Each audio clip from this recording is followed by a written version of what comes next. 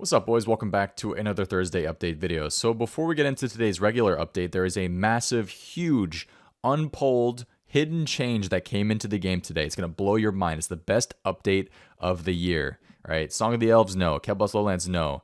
The hop limit, as you guys all know, you guys have all suffered once in your career, probably multiple times. When you guys hop too much, you get kicked out and you can't log in.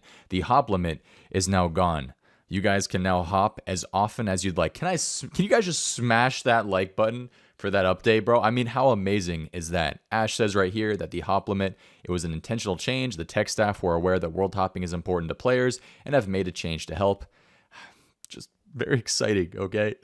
I wish this would have been done a lot earlier after I had to hop for hours and hours doing charter ships, but for you guys who find yourself hopping for supplies or especially Ultimate Iron Man or just PKers in general, you guys now no longer have to worry about getting kicked off for hopping too many times. Great update. One of the most popular additions to Prifddinas was actually something called the Zalcano, and the Zalcano is a new mining boss where you have to use your mining, smithing, and runecrafting skills to take down this boss, and then this boss drops some pretty good scaling supplies for the most part, things like bars and ores and gems and runes, which are especially really good for Iron Men. The loot was very good, but it was kind of all over the place, so the first change they made was that the reward calculations have now been improved. Players who contribute a fair amount now receive a drop on Zalcano's better loot table. The quantity of items received scaled based on how much they have contributed. Everybody above a certain threshold of contributing will also receive a chance at any of the unique drops, including the pet. This chance scales based on how much a player has contributed, so the MVP still receives Zalcano's additional drop, but from the lesser drop table, closing the previously wide gap between the highest contributor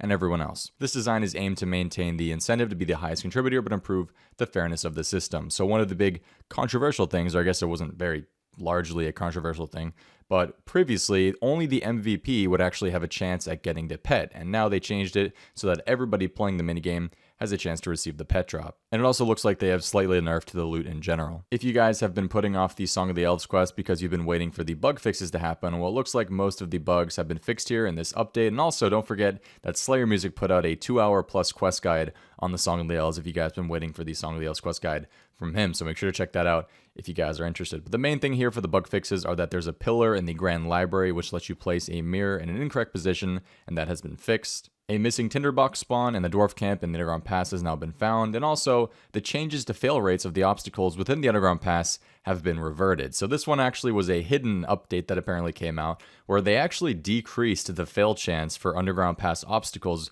because there was a huge amount of people doing the underground pass quest to unlock access to the Song of the Elves quest, which a lot of people were not happy about. You know, one of the most important things about that quest is having to deal with all the times you fall off or fail an obstacle or fail any agility obstacle in general, because it's very frustrating and nobody should have it easier than when you first did it.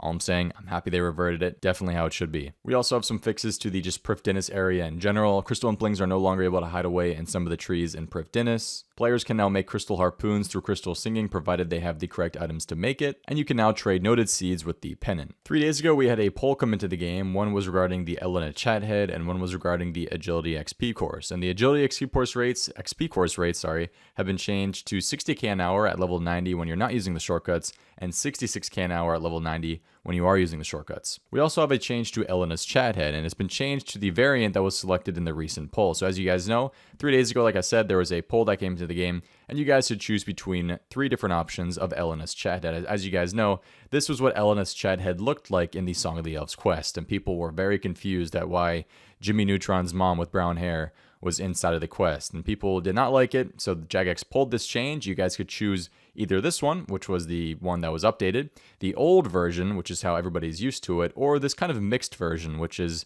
the proposed one that's just kind of like a mix of the two. And this one actually smashed it. As you guys can see here, we have 53.9% voted for option C, 11 for option A, and 34% for option B. So option C is the one in the game. I think this is a great mixture of the two. Again, this is technically the correct old graphics one, but I think we still get the old graphics vibe from option C.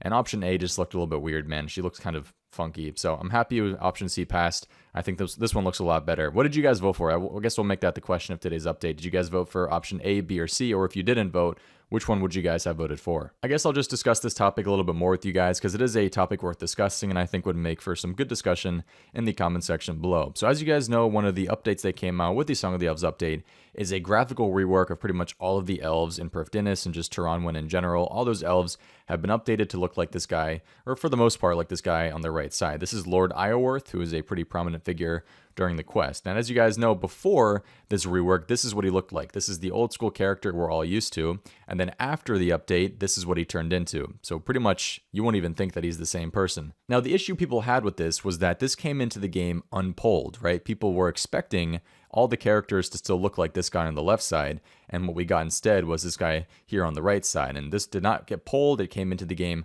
right away. And the reason I personally think it came into the game without being polled is I think Jagex knew that it wouldn't have passed, right? So they put it into the game. I think they just want to kind of gauge the community's reaction to see how people react. And now there's a bit of backlash, and now there's a lot of discussion on it, whether or not this stuff should be changed. Now we have this legend here called Legend Arts. He's a fantastic guy who makes a lot of cool graphics and a lot of graphical creations that are fantastic related to old school. So pretty much what he's done here is he's done a middle graphical rework of the two. So he's kind of mixed the pre-graphical run and the post-graphical one here into a kind of Animorphs version of the two. I think it looks great. Pretty much what you see here is a less detailed, less polygons. This one is very high detailed, very polished, and not really what we're used to. Again, I don't think it looks bad.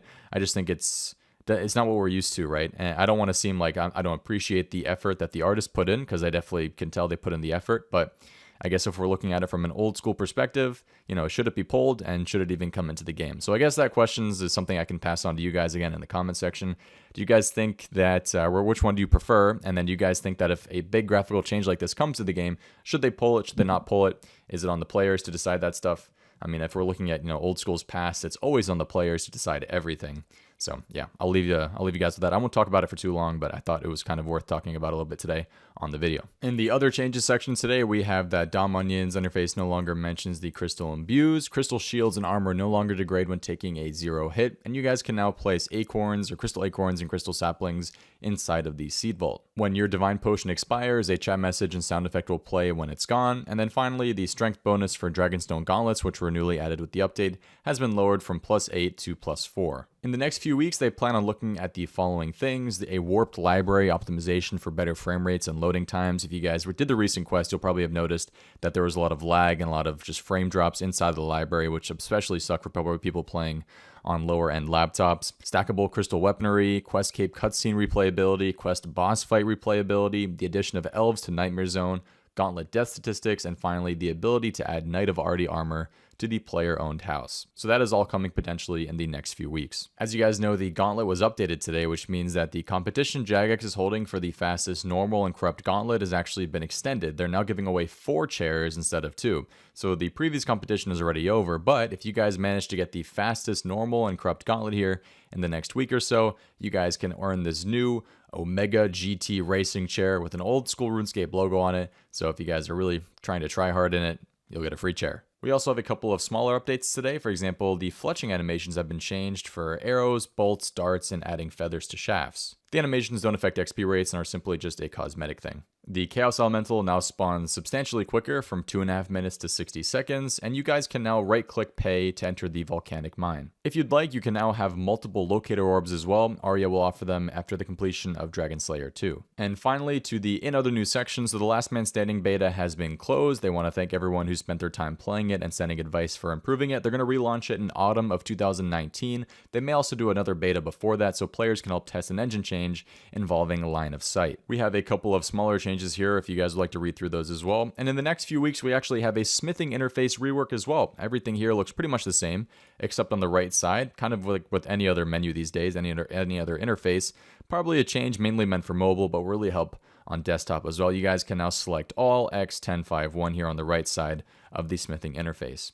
And that's going to be it for today's updates. A lot of great updates today, especially the one I mentioned at the beginning, the hop limit being removed. Absolutely fantastic. So again, if you guys would like to read through it, I will leave a link to the news post below. And let's head over to Runelight to see what's new on the Runelight client. Today's Runelight release is the 1.5.30 release of Runelight, and everything here mainly in this first section is just everything related to the new Perth Dinis update, Gauntlet, Perth Dinis trees, agility, mining, all this stuff has been added to the Runelight plugin, so all of that now should be updated. A really cool update if you guys want this one is that item despawn timers have been added to the ground items plugin, which can show you how long an item will despawn, or for items which you drop and receive as loot from PvM kills. So for example, if you guys drop your hard clue scroll because you're trying to juggle one, you guys can now see this little timer right next to it, and it's going to show you how long it's still on the ground for. The World Hopper plugin now has an option to show the current world ping as well below the FPS right here, as you guys can see. And the clue plugin now shows locations for remote clues on the overlay instead of just the world map. The bank tags plugin now has an interface for searching items to use for the tab icon. This allows you to easily set the tab icon to items you do not have, and the raid scouter plugin can now broadcast your scouted raids to your Runelight party. Lots of smaller improvements and bug fixes here as well if you guys would like to read through those, but those are the pretty big updates today for Runelight. Thank you, Runelight, once again for all the fantastic updates. Thank you guys again for watching today's video. Lots to cover. Hope you guys did enjoy it, and I'll see you guys all this weekend for a new video. Thank you guys for watching. Ken Talk. Hope to see you next time. Have a good one, and peace. Wow.